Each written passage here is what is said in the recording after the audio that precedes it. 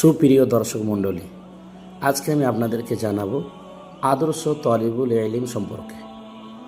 আদর্শ তলিবুল ইলম বলতে বোঝায় যে মানুষের হৃদয় জ্ঞানের আলোয় আলোকিত হয়। তলিবুল ইলম কে? তলিবুল ইলম মানে শুধু ছাত্র নয়, সে এক আলো অন্বেষী, যে জ্ঞানের মাধ্যমে আল্লাহর সান্নিধ্য খোঁজে। তার হাতে কিতাব কিন্তু লক্ষ্য জান্নাত।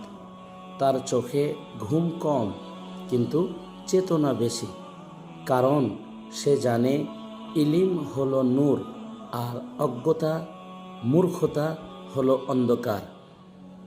নবী করিম সাল্লাল্লাহু আলাইহি ওয়াসাল্লাম বলেছেন, যে ব্যক্তি জ্ঞান অর্জনের উদ্দেশ্যে বের হয়, আল্লাহ তার জন্য জান্নাতের পথ সহজ করে দেন।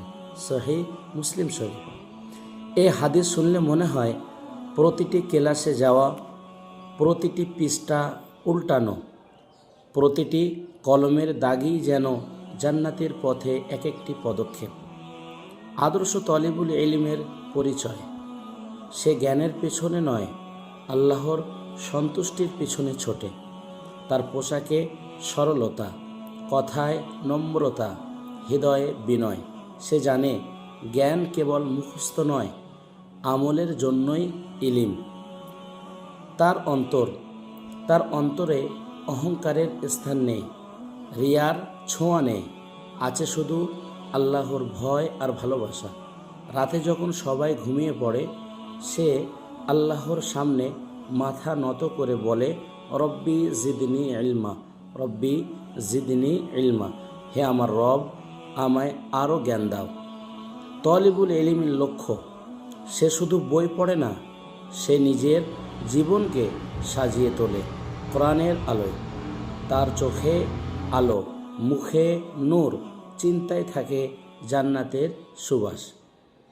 আমাদের জন্য বার্তা: হে তলিবুল ইলম, তুমি জান্নাতের পথে হাঁটছ।